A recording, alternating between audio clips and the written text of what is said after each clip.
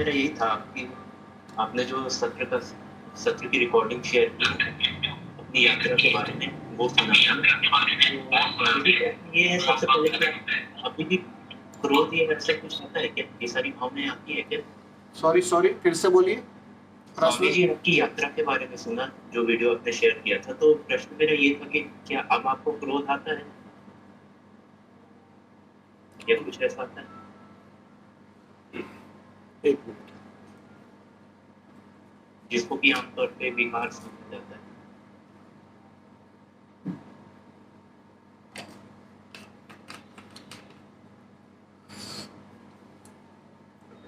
देखो, पहली बात तो क्रोध विकार है ऐसा कहा किसने आपको? नहीं स्वामी जी, मैंने बोला कि जिसको कहा जाता है, लोग कहते हैं। ठीक है, वो नासमझी की वजह से। जी, तो स्वामी जी वो परिस्थिति अब भी आती है? मैं वही कहना चाह रहा हूँ, सुनिए। ठीक है, हमारा जो मन है ना, वो जानना चाहता है कि जिसका भी मन खो गया है उसकी दिनचर्या कैसी है। जी बिल्कुल, यही है कि वो क्या करता है, कैसे करता है, बीमारी आती है तो क्या प्रतिक्रिया करता है, क्रोध आता है तो क्या प्रतिक्रिया होती है। ये सहज जानने की इच्छा होती है, मुझे भी बहुत होती थी। मैं भी बहुत सारे लोगों के पास जाता था और पूछता था कि अब क्या होता है। पहली बात तो क्रोध क्यों आता है उसको थोड़ा समझ लेंगे ताकि ये बात समझने में आसान हो।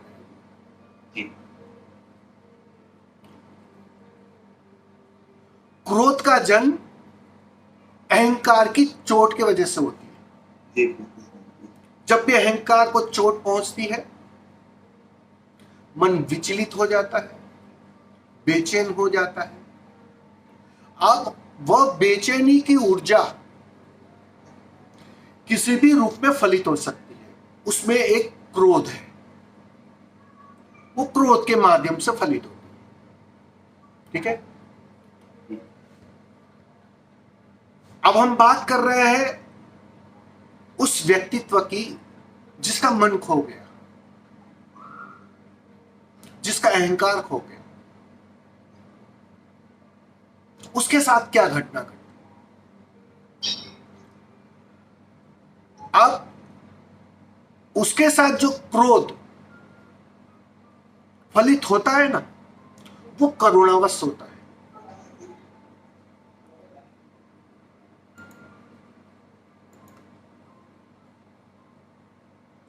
एक क्रोध जन्म लेता है अहंकार वश, अहंकार को चोट पहुंचती है और परिणाम में क्रोध जन्म लेता है। मतलब अहंकार मूल्यवान होता है और उसके परिणाम में ये घटना घटती है। ओशो ने भी क्रोध किया है, रामकृष्ण भी क्रोध करते थे। अब करते थे ये कहना थोड़ा भाषा की भूल है। उनके शरीर के माध्यम से घटा, करुणावश घटता है। अब जिसका अहंकार ही खो गया, जिसका मन ही खो गया, लेकिन शरीर तो है, परिस्थितियां तो है और अस्तित्व अब उसका बांसुरी की तरह उपयोग कर रहा है। अब उस उपयोगिता में अस्तित्व जैसा बहाता है वो बहता है और उस बहाव में अस्तित्व अगर चाहेगा किसी को चोट पहुंचाने के लिए या किसी के संदर्भ में, उस करुणा के अर्थों में, तो उस शरीर के माध्यम से क्रोध की भी घटना घटवाएगा। ये मैं कह सकता हूं। इसलिए तुम पूछ रहे हो कि आप क्रोध करते हो या नहीं करते हो, ये कहना गलत होगा। क्रोध घटता है कभी कभार, लेकिन उसका संदर्भ, उसका आयाम, उसका परिप्रेक्ष्य सब कुछ बदल जाता है। अपने तरफ से कुछ चीज की ही नहीं जाती, क्योंकि अपना होना तो जैसे खो गए। अब सोचो जरा, बांसुरी हो गए तुम। बुद्ध पुरुष का मतलब ही इतना है, बांसुरी हो गए। सुर कोई और छेड़ रहा है। अब वो बेसुरा सुर छेड़े या संगीत में सुर छेड़े, उसका है कहां? वो कहां बजा रहा है? बजा कोई और रहा है। और अगर उसने कोई बेसुरा सुर छेड़ भी दिया तुम्हारी भाषा में, तो वह भी डेफिनेटली किसी के उत्थान के लिए करुणावश होगा। वो अस्तित्व जानता है कि ये बेसुरा सुर अभी क्यों छेड़ा गया। उसका पर्पस भी वो अस्तित्व जानता है, क्योंकि बजा कोई और रहा है। वह बजा नहीं सकता, तभी तो उसे तुम कहते हो बुद्धत्व। उसी को कहा गया है कि जहां तुम्हारा कर्ता पूरी तरह विलीन हो गया। अब जब कर्ता बचा ही नहीं, तो क्रोध करने के लिए भी कर्ता लाओगे कहां से? परमात्मा है कर्ता, इतना कह सकता, वही करता है। अब वो क्रोध करवाए तो भी धन्यवाद, वो हंसवा दे तो भी धन्यवाद, वो नचवा दे तो भी धन्यवाद, वो मौन में बिठा दे तो भी धन्यवाद। कुछ भी हो सकता है। बस वो कहते ना, रथ रहता है ना, घोड़े अलग दिशा में आ गए। पहले घोड़े गलत दिशा में थे, वो खींच रहे थे रथ को। अब रथ और घोड़े की जो दिशा है वो बदल गई। सारथी कोई और हो गया। ये जो कृष्ण और अर्जुन की जो गीता है ना, उसमें जो कृष्ण को सारथी बनाया है ना, बहुत मूल्यवान है। ये जो प्रतीक है ना, बहुत कीमती प्रतीक है कि परमात्मा ही सारथी हो सकता है, जो रथ को हाके।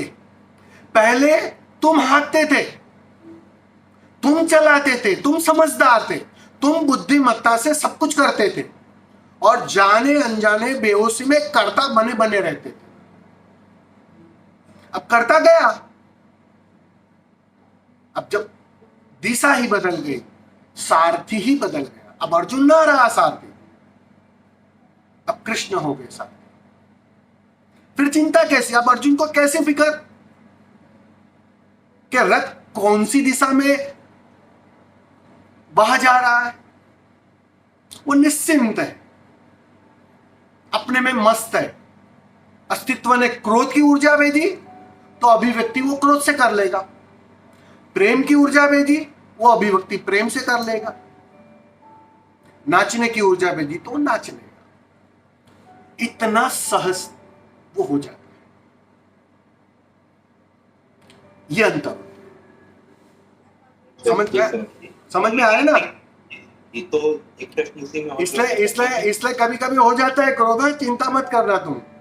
जी स्वामी जी। एक्चुअली स्वामी जी और प्रश्न था कि मतलब 99 के पहले आपका जीवन कैसा था? मतलब कभी जरूर किया था आपने थोड़ा जोर से बोलेंगे, आवाज नहीं आ रही आपकी। स्वामी जी, जो आपका वीडियो देखा था तो उसमें आपने बताया था कि कैसे आपकी जर्नी स्टार्ट हुई। तो एक्चुअली मेरा एक प्रश्न ये था कि क्या 99 के पहले